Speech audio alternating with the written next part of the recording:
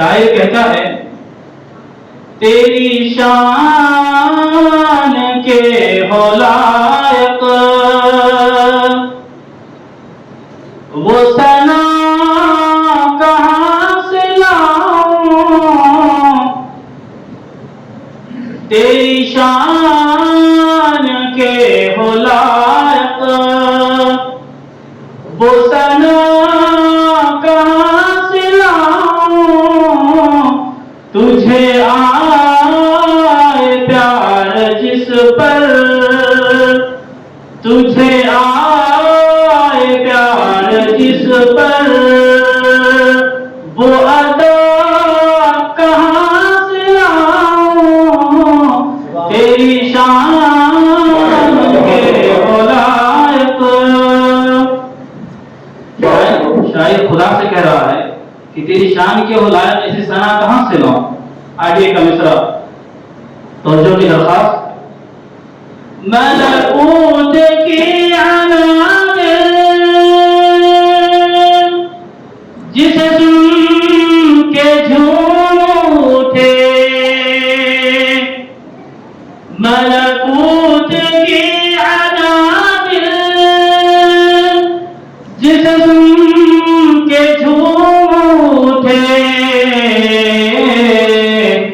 وہ ترانہ کس سے سیکھوں، وہ ترانہ کس سے سیکھوں، وہ نوا کہاں سے لاؤں، تیری شان کے ہو لائق۔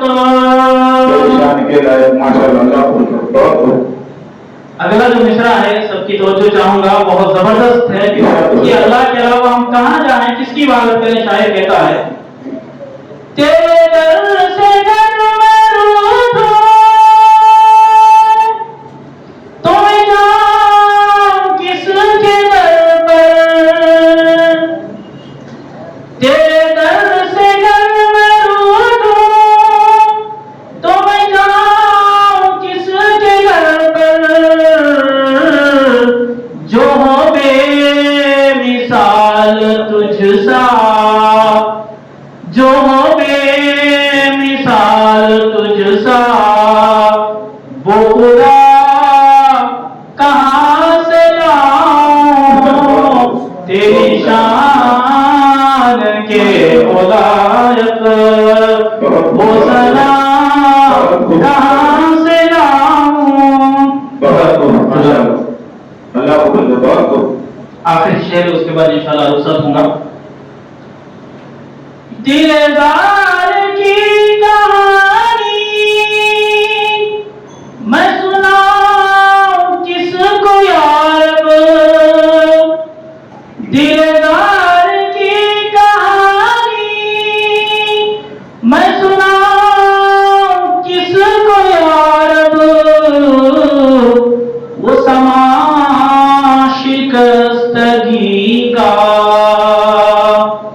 وہ سما شکستگی کا، وہ صدا کہاں سے لاؤں، تیری شان کے ہو لائق وہ ثنا کہاں سے لاؤں، تجھے آئے پیار جس پر، تجھے آئے پیار جس پر، وہ ادا کہاں سے لاؤں، تیری شان کے ہو لائق۔ جزاک اللہ خیرا۔